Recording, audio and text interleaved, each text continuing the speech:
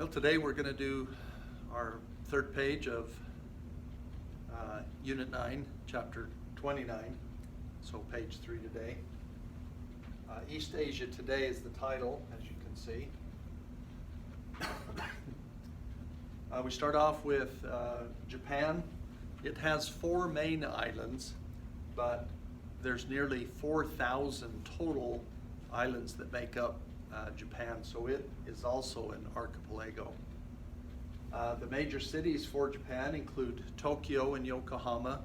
Tokyo, of course, the capital city. When you put Tokyo and Yokohama together, they create one of the world's, if not the world's largest metropolitan area, in excess of 30 million people.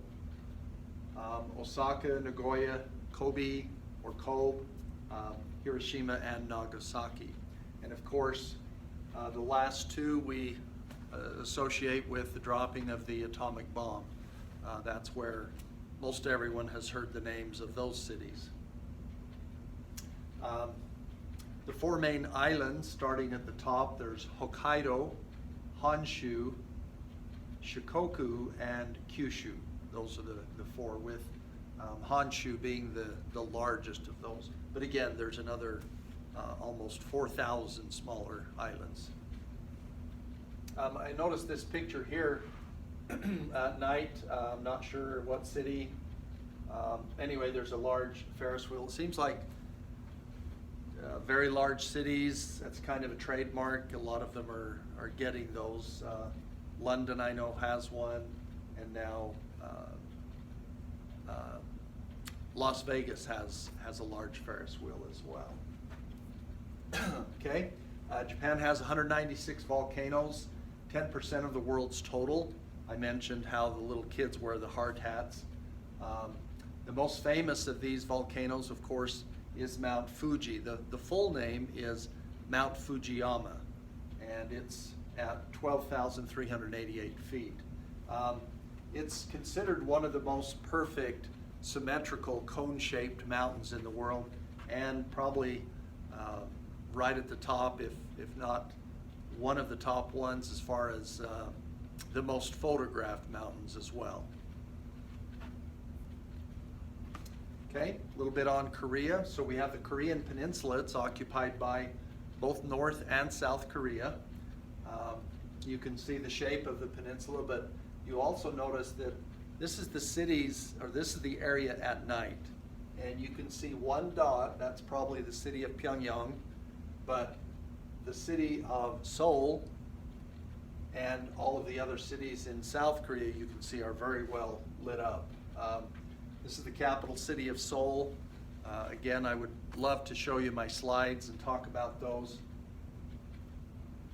One thing I do need to do is get my slides digitized. They're on slides. That means you take a roll of film, and then they cut the film, each frame, and then they put it in a little holder, like a small picture frame. And then you run it through the machine, and it drops down, and you view that picture. So anyway,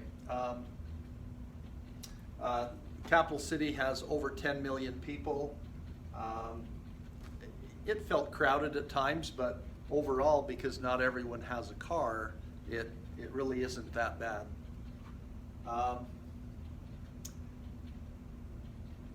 So I've already mentioned that. Largest city, also the capital, and the population. Okay, China and Japan had controlled the peninsula, and after World War II, the United States and the USSR occupied the peninsula, and they divided the country along the 38th parallel. So again, this is following the war, so China kind of controlling it, the U.S. Occupying it. We still have a military influence there today. One of the bridges along the border, and there are many, there's one I talk about in my slides. It's called the Bridge of No Return. And what they did is, at the end of the war, they had people decide, okay, if you want to be on this side, you go there. Or if you want to be on this side, you go there. But if you, once that decision is made, you can't return, you can't go back. So many people have tried, and some successfully, to defect from North Korea and go into South Korea. I don't hear of many people going the opposite direction. The term aquaculture, just like it implies, it's the cultivation of fish and water plants for human consumption. So they control the area where the fish live. They're still in the water, but they control it so they can't escape. And then they feed them, and once they are large enough, they can harvest that. Also, this is kind of a unique thing. The plant's roots are just sitting in water, and then the plant itself is above, and so kind of a unique type of raising crops and food. So aquaculture. Mongolia and Taiwan gained independence from China. If you look up the names for China and also Taiwan, you'll see there's one is called the People's Republic of China, and one is something else with China. But a lot of people think that the true government of China is actually still in Taiwan. But unique statistic, Mongolia has more livestock per capita than any other country. So that means there's more animals, livestock, on average per person than anywhere else in the world. Much of the protein in the Asian diet comes from fish. This also accounts for the fact that they have some of the higher life expectancies. Like Japan, we noticed, was 85. Korea, I think South Korea was over 80. You know, to consume fish, they feel like fish oil is a good oil, and it's helpful on the human body. So a lot of people, myself included, buy bottles with fish oil pills, and I take those. Anyway, this picture here, so kabuki is the name for an ancient Japanese theater. Somebody made the comment, this is the Japanese version of Kiss. Well, they do paint their faces, and a lot of white makeup then painted over, extravagant costumes, and anyway, pretty interesting to watch that, the ancient Japanese theater. Okay, in South Korea, Confucianism is the dominant religion, and Christians and Buddhists form significant minorities. So as I was there, we saw many Christian churches. I have one slide.